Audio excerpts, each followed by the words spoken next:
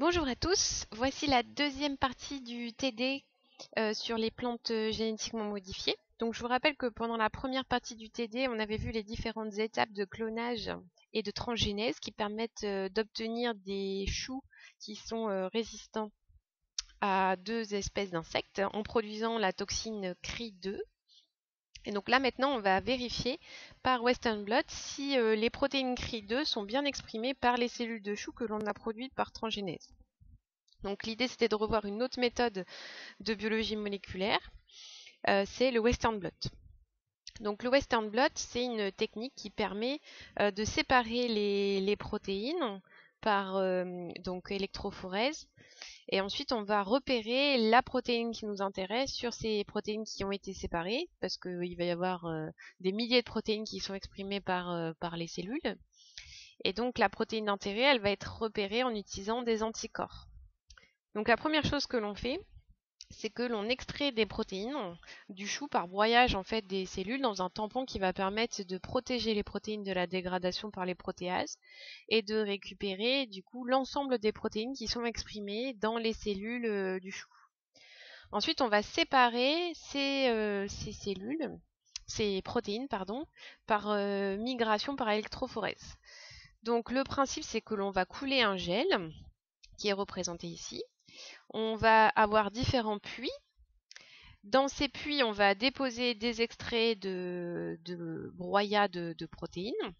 Donc ici, par exemple, on a fait 8 broyats de 8 plants de choux différents. Et au milieu, on va mettre un marqueur de poids moléculaire.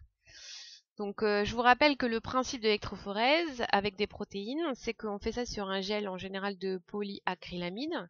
Ce gel, il contient des mailles en fait qui vont permettre aux protéines de passer, mais plus les protéines sont petites, plus elles vont pouvoir migrer loin. Donc le dépôt se fait en haut du gel. J'ai plus ma souris. Voilà, elle est là. Donc en haut du gel. Et plus les protéines migrent loin, ici, plus ça veut dire qu'elles sont petites. Avant ça, on a dénaturé les protéines, c'est-à-dire qu'on les a chauffées pour qu'elles perdent leur structure tridimensionnelle. Et on les a chargées négativement pour qu'elles puissent migrer vers le pôle plus de l'enceinte, de la cuve. Et donc du coup, le pôle plus, il est de ce côté-là. Donc les cellules contiennent plein de protéines, et nous, ce qu'on veut savoir, c'est si parmi toutes ces protéines, on a bien la protéine Cri2 qui a été exprimée. Donc déjà, dans un premier temps, ce qu'on fait, c'est qu'on vérifie qu'on a des protéines dans notre échantillon. Donc normalement, les protéines, elles ne se voient pas. Donc là, la photo a permis de mettre en évidence les protéines en utilisant le bleu de Comassi, qui est un colorant qui se fixe sur toutes les protéines. Et on voit qu'on a différentes bandes. Ces bandes correspondent aux différentes protéines qui sont présentes dans le cytoplasme ou dans le noyau des cellules que l'on a broyées.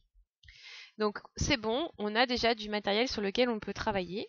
Donc on va colorer les protéines du gel avec du bleu de Comassi, et après on va décolorer ce gel parce que ça ne nous intéresse plus en fait de savoir qu'il y a toutes les protéines. On sait qu'elles sont là, donc on sait qu'on peut travailler avec ça. Donc après, ce qu'on va faire, c'est qu'on va transférer, donc c'est-à-dire qu'on va coller sur ce gel, on va coller une membrane qu'on appelle une membrane de nitrocellulose, et on va appliquer un champ électrique pour que finalement les protéines qui sont sur le gel migrent sur la membrane de nitrocellulose. Donc c'est une deuxième migration en fait, mais qui cette fois-ci va pas se faire au sein du gel, mais il va permettre aux protéines de passer du gel à la membrane. Donc il faut vraiment que les membranes et le gel soient bien collés pour que ça soit transféré, comme si c'était un peu par capillarité, sauf que là c'est sous l'effet d'un champ électrique. Donc ça c'est l'étape transfert des protéines séparées sur un gel de nitrocellulose. Et après, donc une fois qu'on est sur la membrane de nitrocellulose, on va pouvoir faire une révélation de la protéine qui nous intéresse, c'est-à-dire parmi ces bandes, quelle est la bande Cri2 qui correspond à la protéine Cri2. Donc pour ça, on va utiliser des techniques qui utilisent les anticorps. Et donc, on va appliquer sur la membrane une solution d'anticorps qui a été produit artificiellement dans des laboratoires de biotechnologie. Un anticorps qui reconnaît spécifiquement la protéine Cri2. Donc, cet anticorps ira se fixer sur la bande qui contient la protéine Cri2 et ne se fixera nulle part ailleurs. si l'anticorps est bien spécifique. Donc ça, c'est ce qu'on appelle un anticorps primaire, puisqu'il reconnaît la protéine d'intérêt, à savoir la protéine Cri2. Donc ça, c'est l'étape là. Incubation de la membrane de nitrosilose avec un anticorps primaire. Et donc dans le tableau, il fallait choisir l'anticorps Cri2. Ensuite, on va rincer la membrane pour être sûr que tous les anticorps qui se sont fixés de manière non spécifique soient éliminés. Et on va ensuite incuber la membrane avec un anticorps qui va reconnaître cet anticorps primaire. Parce que l'anticorps primaire s'est fixé sur la bande qui nous intéresse, mais on ne le voit pas, l'anticorps primaire. Donc il faut qu'on le voit où est-ce qu'il s'est fixé. Donc pour ça, on va utiliser un système de révélation. Ce système de révélation, en fait, c'est un anticorps secondaire, c'est-à-dire c'est un anticorps anti-anticorps. Il est capable de reconnaître spécifiquement les anticorps primaires.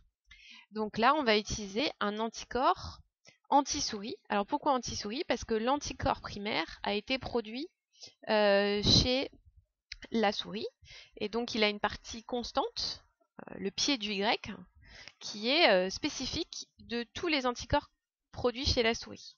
Donc on va utiliser un anticorps anti-partie constante de souris.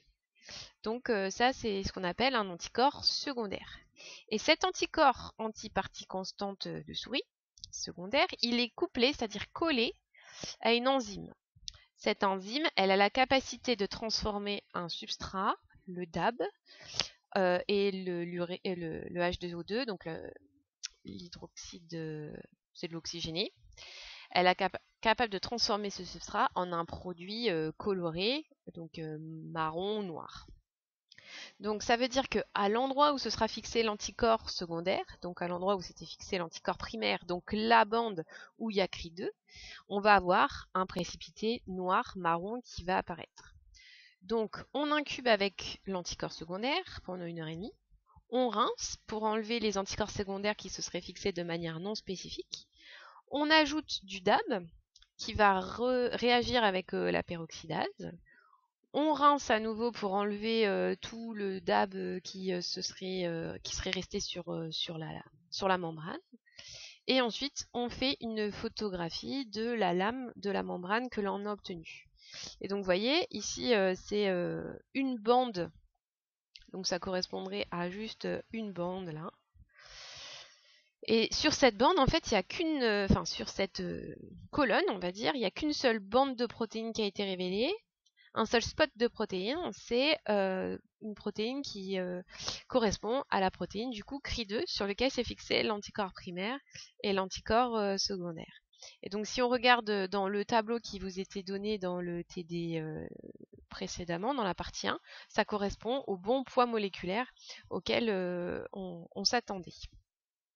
Donc ça, c'est une technique qui permet de vérifier que les molécules que l'on a fait exprimer de manière artificielle par la transgénèse, donc savoir les endotoxines Cri2, sont bien présentes dans les cellules du chou que l'on a produit par transgénèse. On s'attend à avoir une protéine qui fait 71 kDa. Et donc si on revient sur le gel que l'on a obtenu, ici, on a bien une protéine qui fait à peu près 71 kDa. Voilà, donc si vous avez des questions, n'hésitez pas à m'envoyer des messages. Il y aura une petite question sur ces techniques lors du contrôle final. À très bientôt!